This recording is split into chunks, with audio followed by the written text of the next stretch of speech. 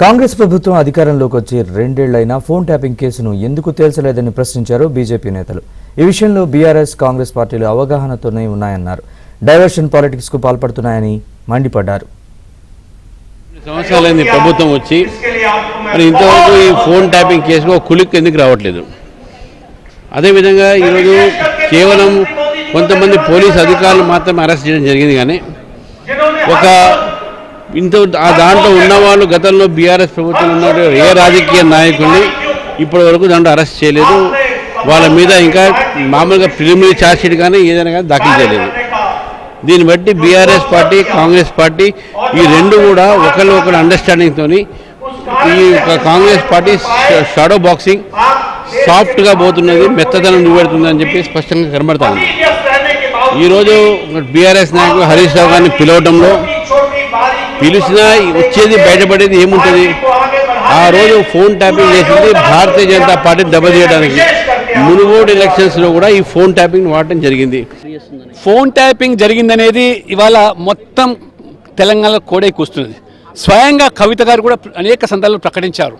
Phone tapping మావి కూడా మా కుటుంబ సభ్యులు కూడా మా బీఆర్ఎస్ ప్రభుత్వ హయాంలో జరిగినాయని.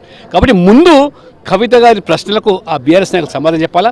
కాంగ్రెస్ పార్టీ కూడా ఇవాళ ప్రభుత్వం కూడా ఫోన్ ట్యాపింగ్కు పాల్పడుతున్నటువంటి అనేక అంశాలు వస్తున్నాయి. ఈ రెండు పార్టీలు, రెండు ప్రభుత్వాలు కూడా ప్రజల మీద విశ్వాసం లేదు.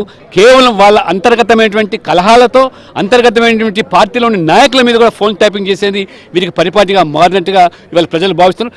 ఖచ్చితంగా పాలు నీళ్లు తేలాల్సిన అవసరం ఉంది. మరి ఈరోజు దర్యాప్తుల ద్వారా ఈ ప్రభుత్వం కేవలం ఇవాళ కాలయాపన చేయడమే తప్పితే రేవంత్ రెడ్డి గారు ఇవాళ ప్రజల దృష్టి మళ్లించడానికి ఎత్తుకు పై ఎత్తులేస్తున్నా కానీ వాస్తవంగా దీని వెనకాల ఉన్నటువంటి దోషులెవరు, బాధ్యులెవరో నిర్ధారించకుండా ఇప్పటికీ 2 సంవత్సరాలు పూర్తి చేసుకున్నారు.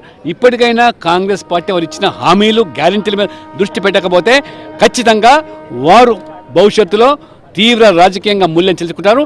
ఎన్ని రోజులు విచారణ చేస్తారా? ఆ ట్యాపింగ్ చేసిండు అని కుల్లా మా క్యాపిల్ సంస్థలు చెప్పినాయి, పోలీసు వాళ్ళు చెప్పిండ్రు. ఎన్నిసార్లు విచారణ చేస్తారా?